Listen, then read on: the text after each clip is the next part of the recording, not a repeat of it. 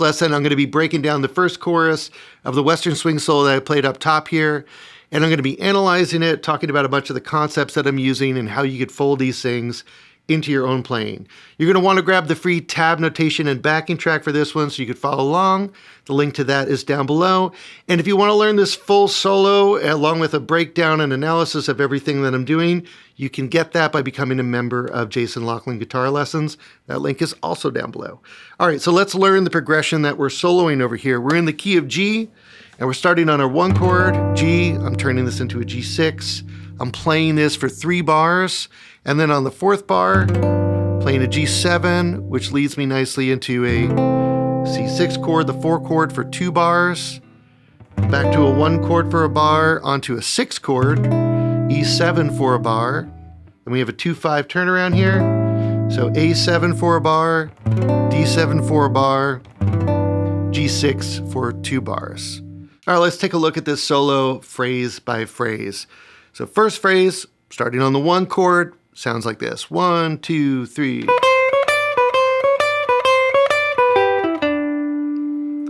Two things going on here. One is I'm using chromatic connections, and the other is I'm outlining the G6 arpeggio. So I'm doing all of this here in 7th position, visualizing this C-shaped G chord. So everything is kind of coming out of that shape. The chromatic connection is happening between the 3 and the 5. Great way to get a swing sound into your playing is just to add chromatic connections between chord tones. I did this ascending with some repetition. You could have done this descending. I could have done it in different registers. I could have started on the 5 and connected to the 3 here. I could have started on the 3 and ascended up to the 5. I could have combined the registers. So start with this one, and then link it to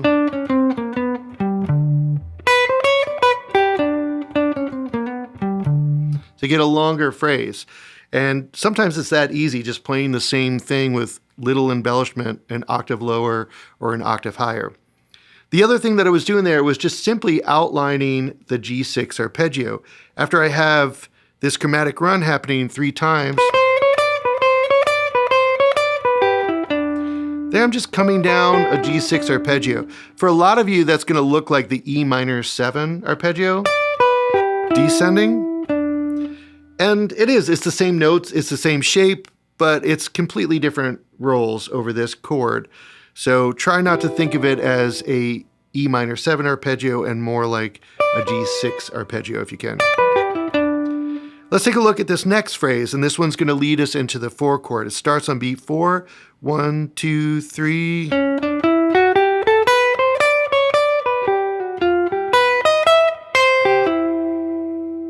So for that phrase, I'm starting on this flat 5. So I have this little half-step approach, another great way to embellish chord tones. Then I'm moving through the G major scale all the way up to that 5 an octave higher. And I'm using something called lower neighbor, where I play the chord tone, I dip down either a half step or a diatonic step from that chord tone, and then come back up to pitch. I could have also done it like this, but I thought the half step sounded a little cooler.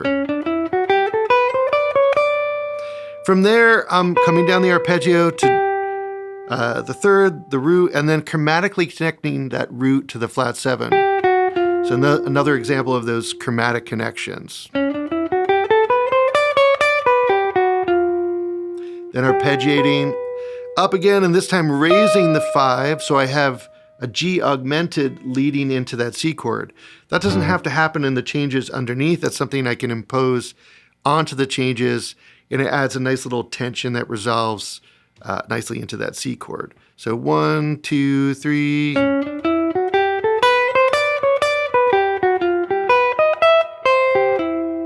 And that last little bit that I'm doing over the C chord, just outlining a C major arpeggio. Really, really simple. Sometimes just outlining the arpeggio in a melodic way is good enough.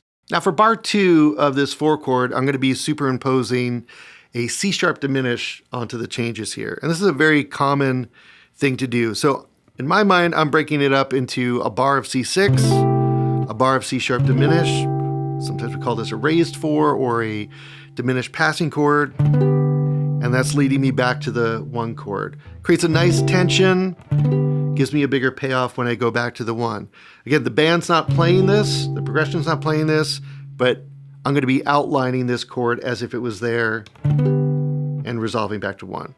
So for that, the phrase that I'm using is this, starts on the upbeat of 4, 1, 2, 3, 4. And simply all I'm doing is just ascending through the arpeggio.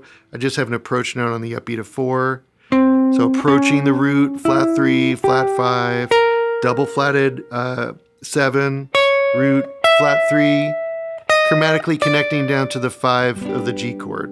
That's when the progression changes to G. The phrase that we're doing here over this G chord is going to pull us into the 6th chord, that E7. It sounds like this. 1, 2, 3, 4. So coming down the G major scale, then going into the G6 arpeggio. So this would be not a chromatic connection between chord tones, but a diatonic connection. Just a note from the scale. Right down the arpeggio. And then we have that chromatic connection between the 5 and the 3, just like we were doing at the beginning of the solo, but this time it's moving into that E7. So the 5 of E is the B, chromatically connecting that to the 3rd of the E. And then we have this approach note from above, resolving down to the root.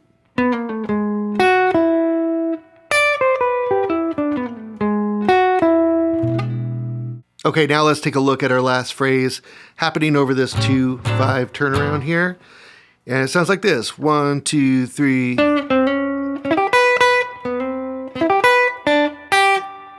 So the first thing that I'm doing is I'm enclosing the 3rd of that A7 chord, diatonic step above, half step below, sliding into the 3. And then I'm sweeping through the 3, 5, flat 7, and 9. And a lot of you will look at this and go, isn't that just a C sharp half diminish or a C sharp minor flat 5? Same chord, 2 names for the same chord. Yeah, it's the same shape, it's the same notes, all those things. And if you have to see it like that at first to start to get comfortable working on these things and playing around with extensions and get your ear comfortable hearing extensions, I don't think there's anything wrong with looking at a dominant 7 chord and go, ooh, if I build a half diminish or a minor 7 flat 5 off of the 3, I'm going to get that sound, that dominant 9 sound. At first, I don't think there's anything wrong with that. I think that's good until you get comfortable with the sound. But I do think you need to transcend that and start to think about these notes for what they are against a chord. 3, 5, flat 7, 9. Otherwise, you're kind of doing this extra mental step, and I think it just slows things down, and it changes the way that you're using the notes, in my opinion.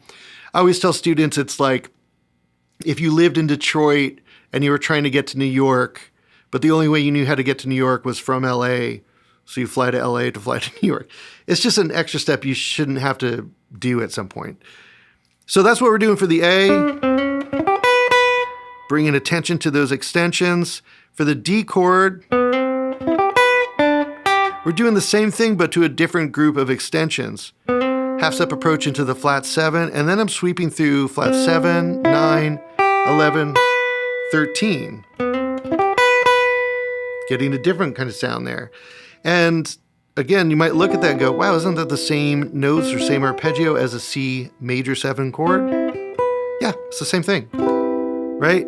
So at first, if you want to get comfortable with that 13 sound, and every time you see a dominant 7 chord, think, well, if I build a major 7 arpeggio off of the dominant 7, I'm going to get quick access to flat 7, 9, 11, 13. Start there. Again, move past it though, as soon as you can, and start thinking about these things for what they are. And then we end with just a little kind of button on the end there of just 5 to 1 in G. Now I just showed you a bunch of useful concepts that you could get a lot of mileage out of whenever you're playing Western swing. And I think all of them are pretty easy to understand, but understanding them and then being able to play them everywhere on the fretboard and in all 12 keys and being comfortable adding variations to them, those are two different things. So what I suggest is picking one of these concepts out of the solo here, whatever's speaking to you the most. Take that concept, really put it through its paces, make sure you can see it out of all the different chord shapes and different registers. You're comfortable improvising with it, adding variations. When you feel like you have a certain level of mastery with it, then fold in a new concept. If you enjoyed this breakdown and you want to learn the rest of that Western swing solo with me, you can do that by becoming a member of Jason Loughlin Guitar Lessons. I'll put the link down below along with a coupon code. I'm sharing new lessons there every week, and we have a great community where you can ask me questions or post performances and get coaching from me. You also get access to all of my courses and master classes. If you want to support the channel, the best way to do that is to hit the subscribe button. It's a little thing on your end, but it still makes a big difference in me growing this channel. So I do appreciate it if you hit that button. Check out one of these next videos, and thanks for watching.